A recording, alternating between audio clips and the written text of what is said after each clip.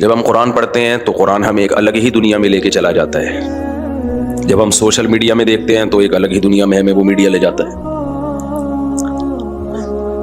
Social media میں جب ہم گھستے ہیں تو فوج یہ کر رہی ہے, پی ٹی آئی یہ کر رہی ہے, جے یو آئی نے یہ کر لیا ہے, مسلم لیگ نے یہ کر لیا ہے. ابھی کسی نے بیان دیا کہ سابق سے بھی سابق وزیر اعظم کہیں تقریر کر رہے ہیں کہ ہم بنو کو انٹرنیشنل ایئرپورٹ بنا دیں گے. تو لوگوں نے دکھایا کہ بھئی چارپائیاں اڑ اڑ کے پوری دنیا میں جا رہی ہیں, یعنی جہاز کی ضرورت ہی نہیں ہے. ایسا انٹرنیشنل بنا کہ جس چیز پہ بیٹھے ہیں وہی چیز اڑ کے جا رہی ہے. ظاہر ہے کسی کا دماغ ہوگا جو اس نے بیٹھ کے یہ سب کچھ بنا لیا. سیاسی لیڈروں کی اپنی کہانیاں ہیں. اللہ تعالیٰ جو بات کرتے ہیں وہ بالکل الگ ہے کہ اس جنجال میں پھنس کے اپنے رب کو نہ بھول جانا. جب تم اس یہاں پھنسو گے نا تو سب سے پہلے غافل کس سے ہوگے؟ اللہ سے, اور ہو چکے ہیں غافل. اللہ سے غافل ہونے کا ایک نقصان یہ ہوتا ہے کہ کسی بھی چیز میں بیلنس نہیں ہوتا, عدل نہیں رہتا. تو ہمیں کیا کرنا ہے بھائی؟ ہم نے کسی لیڈر کا نہ کلمہ پڑھا ہے, نہ کوئی ہمارا باپ ہے, نہ کوئی ہمارا ماموں ہے, نہ کوئی ہماری خالہ ہے, نہ کوئی ہماری پھپھو ہے. تو بہت آگے بڑھنے کی کوشش کسی کی بھی مخالفت میں, کسی ادارے کی مخالفت میں بھی سارے الزام اس ادارے پہ نہ ڈالیں, جتنا ہے اتنا ڈالیں. ایسا نہ ہو کہ آپ نے ہر چیز اٹھا کے, جب مخالفت کہتے ہیں 4 چیزیں انسان کو اندھا کرتی ہیں. ایک انسان عقیدت میں اندھا ہو جاتا ہے. جب کسی کی ایک دفعہ عقیدت دل میں بیٹھ جائے تو بس پھر وہ اس کے خلاف سننا گوارا نہیں کرتا. سیاسی لیڈروں میں ہمارے ساتھ یہ بھی ہوتا ہے. ہم نے جب کسی لیڈر کو ایسا بڑا بنا لیا کہ اس کی عقیدت میں ہم اندھے ہو گئے, اب اس کے خلاف چاہے وہ 2 اور 2 4 کی طرح بھی کوئی ثبوت پیش کرے نا, نہیں سنتے لوگ. یہ تجربہ ہے, مشاہدہ ہے. کہتے ہیں نہیں, گھماتے رہیں گے. اس کو کہتے ہیں عقیدت میں اندھا ہو جانا. ایک انسان اندھا ہوتا ہے عشق میں. کس میں اندھا ہو جاتا ہے؟ جب کسی سے عشق ہو جاتا ہے نا, وہ آپ کو کتنا اگنور کرے لیکن آپ اسی کے پیچھے بھاگو گے. آپ پھر انسان دلائل میں نہیں رہتا. ہوتا ہے نا, باپ کہہ رہا ہے یہاں شادی نہ کرو, یہ جرسی ہے, ہیروئنچی ہے, یہ خاندان ہمارے خاندان سے میچ نہیں کرتا, یہ ہمارے کلچر کو تباہ کر دے گی. لیکن لونڈے لپاڑے پر جو عشق کا بھوت سوار ہوتا ہے اس کو کوئی چیز سمجھ میں, بولو یہ سن لو, یہ باتیں کام کی باتیں ہیں, میرا اس میں کوئی فائدہ نہیں ہے, آپ کا فائدہ ہے. عشق میں انسان کیا ہو جاتا ہے؟ اندھا. میں نے دیکھا ہے ایسے لوگ, عشق ہوا, لڑکی لڑکے کے ساتھ بھاگ گئی, بعد میں زندگی برباد کر دی اس لڑکے نے. سب سمجھا رہے تھے یہ لڑکا ٹھیک نہیں ہے, نہیں جی عشق کے بھوت میں کیا ہو گیا, اسٹائل پہ مرتی تھی, برباد کر دی زندگی اپنی. 2 4 بچوں کے بعد اس نے چھوڑ دیا اپنا, کہیں کی بھی نہ باپ رکھنے کے لیے تیار ہے, نہ سوسائٹی رکھنے کے لیے, دھکے کھا رہی ہے, کوئی شادی بھی نہیں کرتا. عشق میں بھی انسان اندھا ہو جاتا ہے. تیسری چیز جس میں انسان اندھی ہے, خوب سمجھ لو میرے بھائی, اللہ کرے دماغ میں, یہ کھوپڑی میں یہ باتیں اچھی طرح سے بیٹھ جائیں. آج کل بھی سیاسی حالات میں یہی ہو رہا ہے, کوئی کسی کے خلاف سننے کو تیار, اپنے لیڈر کے خلاف ایک لفظ سننے کو تیار نہیں ہے, اور دوسرے کی تعریف میں ایک لفظ سننے کو تیار نہیں ہے. یہ ہمیں, یہ سیاسی لیڈر اتنے نیک نہیں ہوتے جتنا ہم سمجھ رہے ہیں. کوئی بھی نہیں ہوتا, یہ سب اپنے سیاسی مفاد میں پینترے بدلتے ہیں. تو پہلی چیز جس میں انسان پاگل ہو جاتا ہے وہ کیا کہلاتی ہے؟ عقیدت. دوسری چیز جس میں انسان پاگل ہو جاتا ہے, ہوئی بھی یہ قوم, وہ ہے عشق. عشق بھی لیڈروں سے بھی عشق ہوتا ہے, پتہ ہے آپ کو. کسی کی پرسنالٹی میں مر جاتا ہے انسان, یہ بھی عشق کی ایک قسم ہے. کسی کے جناب وہ تقریر پہ مر جاتا ہے انسان, یہ بھی عشق کی ایک قسم ہے. تیسری چیز جو انسان کو پاگل کر دیتی ہے وہ ہے بغض. بعض دفعہ عشق کا اپوزٹ کیا ہوتا ہے؟ نفرت ہو جاتی ہے آپ کو. جیسے بعض لوگ صبح شام مولوی ایسے, بچپن میں کسی غلط قسم کے مولوی سے واسطہ پڑ گیا ہوتا ہے ان کا, کوئی واقعہ ہو جاتا ہے ان کے ساتھ, اب ساری زندگی وہ مولوی ایسے, ان کا اور کوئی کام رہا ہی نہیں ہے. تو ٹھیک ہے, ان کے ساتھ کچھ غلط ہو گیا ہوگا, 2 نمبر مولوی مل گیا ہوگا, لیکن ہم اور آپ تو ان کی باتیں نہ سنیں نا بھائی. اللہ کا شکر ہے ہمارے ساتھ ایسا الحمدللہ نہیں ہوا. تو اس کو تو بغض ہے, وہ تو بولتا رہے گا ساری زندگی مولوی ایسے, مولوی یوں. ہر الزام کس پہ اٹھا کے بولو, ہو رہا ہے کہ نہیں ہو رہا؟ جو جرم ہے کس نے کیا ہے؟ ترقی نہیں کر رہے مولویوں کی وجہ سے. یونیورسٹیاں تمہارے ہاتھ میں ہیں, مولویوں کے ہاتھ میں تھوڑی ہیں. ترقی, مادی ترقی وہ کہاں سے ہوگی؟ وہ مدرسے سے ہوگی یا یونیورسٹی سے ہوگی؟ وہ تو یونیورسٹی. مادی ترقی کی بات ہوتی ہے نا جب ترقی کی بات کر رہے ہیں. روحانی ترقی کی جہاں تک بات ہے وہ تو مدرسوں سے ہو رہی ہے. مسجدیں رمضان میں بھری ہوتی ہیں, اعتکاف میں پاؤں رکھنے کی جگہ نہیں ہوتی. یہ روحانی ترقی کیا ڈاکٹر کروا رہے ہیں بھائی؟ یا انجینئر لوگوں کی وجہ سے ہو رہی ہے یہ ترقی اتنی, یا پائلٹ کی وجہ سے ہو رہی ہے مسجدیں تو بھر رہی ہیں؟ تو مدارس کی وجہ سے ہیں. تو مادی ترقی جو نہیں ہو رہی وہ مدرسوں کی وجہ سے نہیں ہو رہی, وہ کس کی وجہ سے نہیں ہو رہی؟ وہ یونیورسٹیز کی وجہ سے نہیں ہو رہی. ابھی تو سندھ حکومت نے ماشاءاللہ ایک اچھا پیکیج لے آئی ہے. ابھی ہمیں تو یونیورسٹی کے لوگوں سے بھی ہمارا واسطہ ہوتا ہے نا, وہ کہتے ہیں اب تو سندھ گورنمنٹ نے ماشاءاللہ, اللہ تعالیٰ ان کو اور برکتیں دے, اتنا اچھا سیٹ اپ بنا دیا ہے کہ بھیا پاس ہی نہ کرو جس کو آگے ترقی نہیں دینی. یونیورسٹی کے بعض لڑکے بہت محنت کرتے ہیں, کرتے کرتے کرتے پہلے سے پالیسی بنائیے ان لوگوں کو فیل ہی کر دو, ورنہ یہ ہوتا ہے یہ پاس ہوتے ہیں A+ سے پاس ہو گئے تو پھر سیٹ میں ان کا نمبر ہے تو پھر ہم اپنے آدمی کو سیڑنا ہے, تو اس کو ہٹانا مشکل ہوتا ہے, شروع سے ہی پیچھے رکھو. قصہ ہی مکا دیا الحمدللہ. تو یہ کیا مولوی لوگ کر رہے ہیں یہ ہیں بھائی؟ مدرسوں میں بھی بعض دفعہ واقعات ہو جاتے ہیں لڑکوں سے بدفعلی, کہ اللہ بچائے, بعض دفعہ ہو سکتا ہے واقعہ, کوئی دو غلطی آدمی داخل ہو گئے, لڑکے غلطی داخل ہو گئے, تو کیا 24 گھنٹے تو کوئی فرشتہ نہیں بٹھا کے رکھے گا نا ان کے اوپر. لیکن یونیورسٹیوں میں یہ واقعات مدرسوں سے زیادہ ہوتے ہیں. لیکن آپ نے دیکھا ان لوگوں نے کبھی یونیورسٹیوں کے خلاف کلپ بنایا, یونیورسٹیوں میں اپنے بچوں کو مت بھیجو, یونیورسٹیاں ایسی ہوتی ہیں نا. تو یہ ہے بغض, اٹ از کالڈ بغض. یہ مذہبی اسکالرز میں بھی ہوتا ہے, فرقوں میں بھی ہوتا ہے. دوسرے فریق کی کوئی بات نہ ماننا. کچھ دن پہلے کوئی دیوبند مسلک کے صاحب ہیں, انہوں نے حمایت کر رہے ہیں دیوبند کی, دیوبند ایسے دیوبند ایسے دیوبند ایسے. تو مجھے کسی نے کہا ان کو اپریشیٹ کریں. میں نے کہا یہ ہر غلط چیز میں بھی کوئی دیوبند سے کوئی غلطی بھی ہو جائے تو اس کی بھی حمایت کرتا ہے یہ بندہ, اس لیے میں نہیں ان کو سپورٹ کر سکتا. کوئی غلطی ہو جائے نا کسی مولانا کوئی دیوبند سے جن کا تعلق غلطی ہو جائے تو انہیں اس کو بھی کیا کرنا ہے, صحیح کرنا ہے کہ بیٹھ کے. تو کیوں اپنے آپ اوپر آپ نے ایک چیز سوار کی ہوئی ہے بھائی؟ غلطی ہو گئی تو غلطی ہو گئی, اس میں کون سا ہے؟ اور غلطی ہونے سے کوئی انسان ایک دم زمین پہ تھوڑی گر جاتا ہے بھائی, ہو گئی تو ہو گئی, ختم. وہ مجھے آپ کو یاد ہوگا نا, میں نے کلپ میں نے کہا تھا کہ انار کے بارے میں ایک حدیث ہے جس میں انار کا ایک دانہ جنت کا ہے. ایک صاحب جو اپنے آپ کو اہل حدیث کہتے ہیں نہیں, اللہ ہی جانے, انہوں نے میرے خلاف پورا ایک آدھے گھنٹے کا کلپ بنا دیا کہ دیکھو یہ لوگ ضعیف حدیثیں سناتے ہیں, پورا آدھے گھنٹے کا بلا وجہ کا نا. ارے ایک ضعیف حدیث سنا دی تو کون سے قیامت آ گئی؟ آپ بتا دو بھائی یہ حدیث ضعیف ہے, بات ختم ہو گئی. 5 سیکنڈ میں بات کیا ہو جائے گی؟ ختم ہو جائے گی. دوسرے کاموں کو چھیڑو. وہ پورا بیچارے کو لگتا ہے کہ فیم چاہیے نا لوگوں سے تو انار ہی کو موضوع بنا کر آدھے گھنٹے کا بیان داغ دیا. اٹ از کالڈ بغض. یہ کیا کہلاتا ہے بھائی؟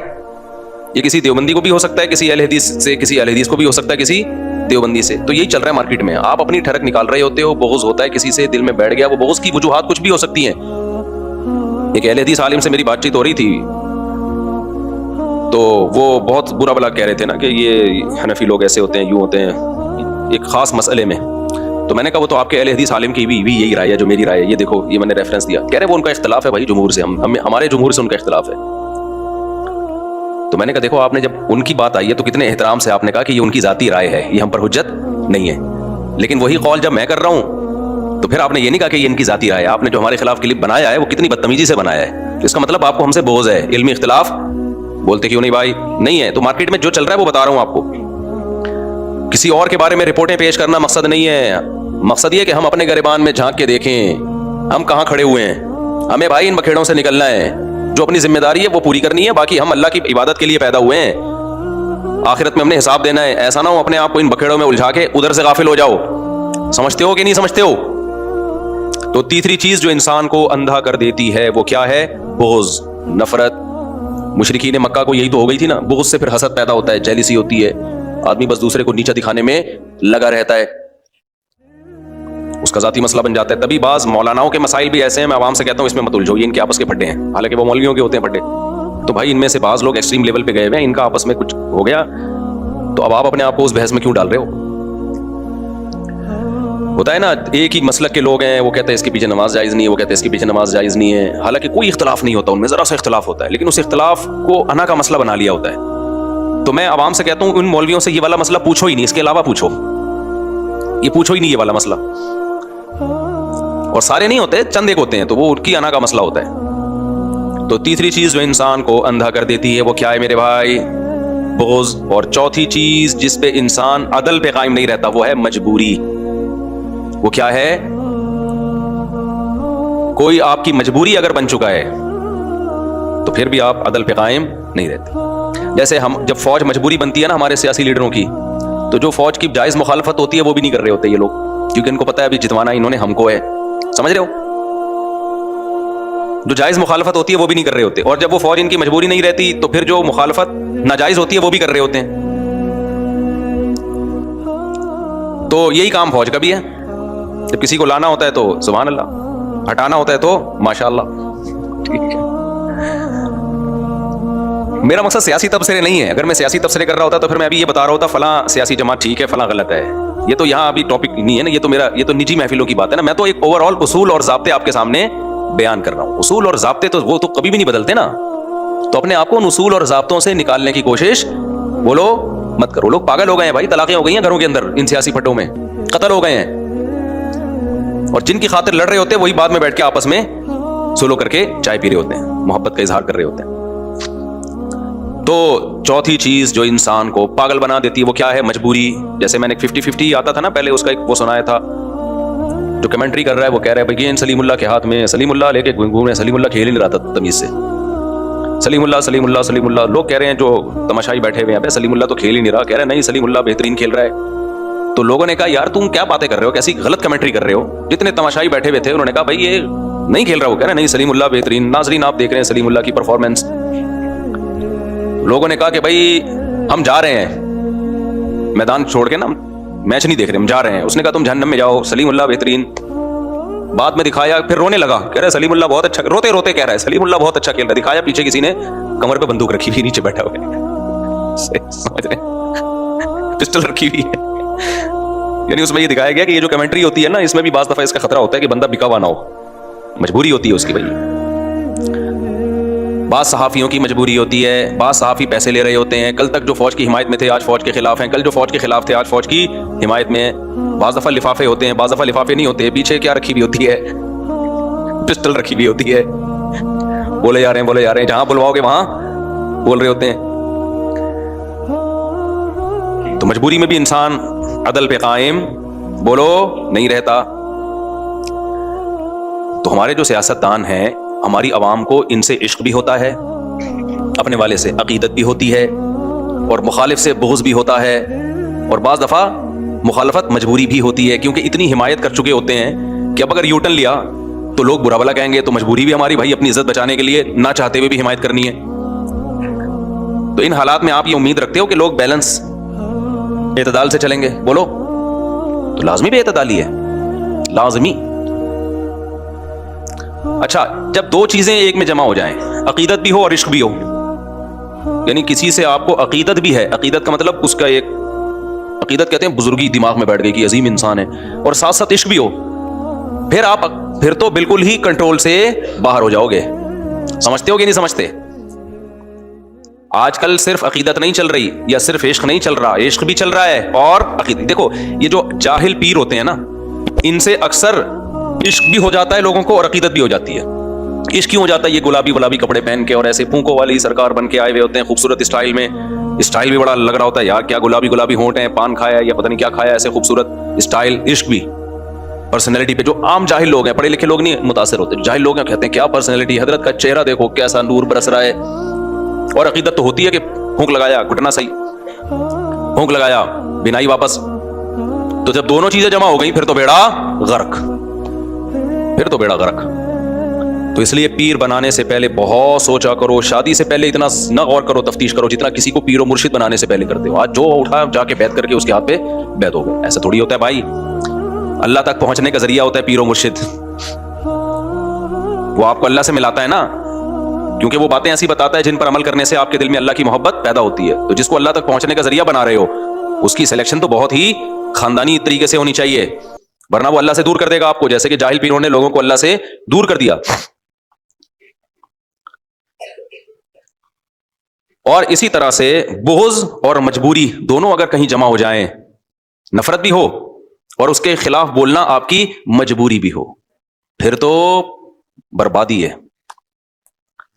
تو آج ایسا بھی ہو رہا ہے, نفرت بھی ہوتی ہے اپنے مخالف لیڈر سے, اور اس کی مخالفت اتنی زیادہ کر چکے ہوتے ہیں کہ اب اس کے خلاف بولنا آپ کی مجبوری بھی بن چکی ہوتی ہے. اتنی محفلوں میں اس کے خلاف بول چکے ہوتے ہیں نا, اب اس کی کوئی اچھی چیز سامنے آ جائے 2 اور 2 4 کی طرح, تو پھر آپ کنٹرول نہیں کر پاتے, آپ کانپنے لگتے ہو, بھائی یہ کیا ہو گیا. تو آپ نے گھما کے اس کی کیا کرنی ہوتی ہے پھر, تعویل. اس لیے میرا تو یہ کہنا ہے کہ آپ الیکشن میں جس کو بہتر سمجھو ووٹ دے دیا کرو جا کے, اور آپ جس کو بہتر سمجھو اس کے دھرنے میں بھی شریک ہو جاؤ. یہ تو سب چیزیں سیاست کا حصہ ہے. زبانوں پہ کیا کرو, کنٹرول. زبان پہ کنٹرول کرو. زبان سے نہ کسی کی مخالفت میں حد سے آگے نکلو, نہ کسی کی حمایت میں حد سے آگے نکلو. کنٹرول. نبی صلی اللہ علیہ وسلم نے حضرت ابو بکر سے کیا فرمایا کہ لوگوں کو یہ زبان الٹے منہ جہنم میں ڈالے گی. یہ زبان ہے جو اوندھے منہ جہنم میں ڈالے گی لوگوں کو. اعتدال سے بھائی. دوسرا, جو لوگ میمز بناتے ہیں, اس طرح کی میمز بناتے ہیں جس میں کسی بھی سیاسی لیڈر کو بندر یا کتے کی شکل میں دکھایا جا رہا ہے, یہ اخلاق سے گری ہوئی حرکت ہے. یہ اس کی علامت ہے کہ آپ اخلاقیات کی ساری حدود کو توڑ چکے ہو. یہ غلط ہے. میں سمجھا پا رہا ہوں اپنی بات؟ اتنا آگے مت جاؤ. ہمیں یاد ہے کہ ہمارے ایک استاذ تھے, ان کے پاس ایک شخص اپنے بیٹے کو لے کر آیا, وہ مدرسے میں پڑھتا تھا, سدھر نہیں رہا تھا وہ بچہ. بڑا پرانا واقعہ ہے, لیکن کچھ واقعات ایسے ہیں جو یاد رہ جاتے ہیں ہمیشہ کے لیے, ان سے سبق ایسا ملتا ہے.